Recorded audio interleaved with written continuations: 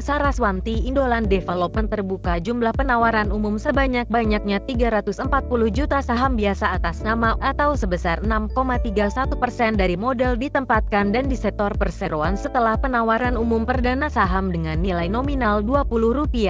Setiap saham yang seluruhnya terdiri dari saham baru yang ditawarkan kepada masyarakat dengan harga penawaran Rp180 sampai dengan Rp200. Setiap saham, jumlah penawaran umum perdana saham adalah sekurang-kurangnya sebesar Rp61,2 miliar dan sebanyak-banyaknya sebesar Rp68 miliar.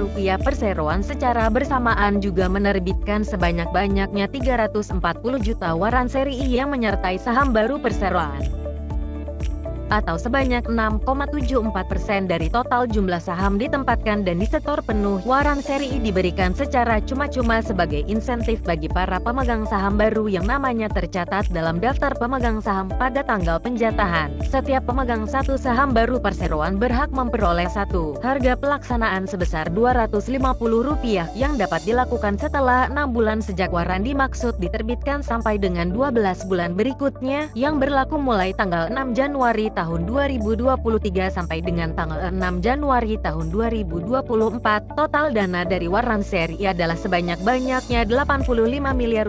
Penjamin pelaksana emisi efek PT Sinhan Sekuritas Indonesia Kantor Pusat, Daerah Istimewa Yogyakarta, Indonesia. Daftar kepemilikan saham setelah penawaran umum sebagai berikut. 1. PT Saraswanti Utama memiliki sekitar 59,74%. 2. Bogat Agustriono memiliki sekitar 14,94%. 3. Umar Rahmadani, Hari Gunawan Lianto, Haulia Abdillah, Nadia Citranti Andarini masing-masing memiliki sekitar 2-4%.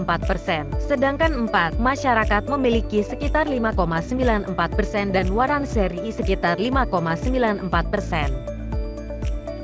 Kemudian kita lihat dari laporan posisi keuangan. Jika dilihat dari total aset perseroan mengalami penurunan. Sejalan dengan itu liabilitas juga mengalami penurunan, tapi jika dilihat dari ekuitas mengalami peningkatan dari tahun ke tahun. Kalau jika dilihat dari data bisa dilihat perseroan sedang mengurangi liabilitas jangka pendeknya secara signifikan.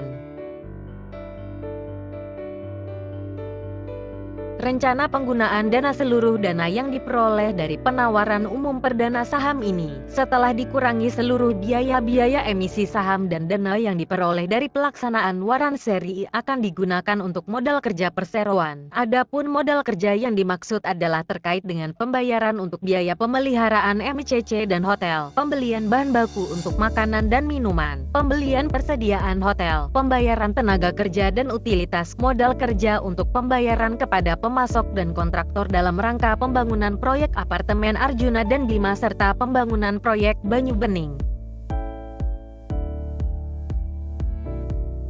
Kemudian kita lihat dari laporan laba rugi perseroan. Dari pendapatan perseroan tampak di 2020 tidak terdampak pandemi malah mengalami peningkatan. Tapi hal tersebut tidak bertahan lama. Di 2021 perseroan mengalami kontraksi penurunan pendapatan, sedangkan dari segi net profit perseroan masih mencatatkan laba walau mengalami penurunan yang cukup signifikan. Yang terakhir dari laporan arus kas. Jika dilihat dari data laporan arus kas, aktivitas operasinya positif dari tahun ke tahun.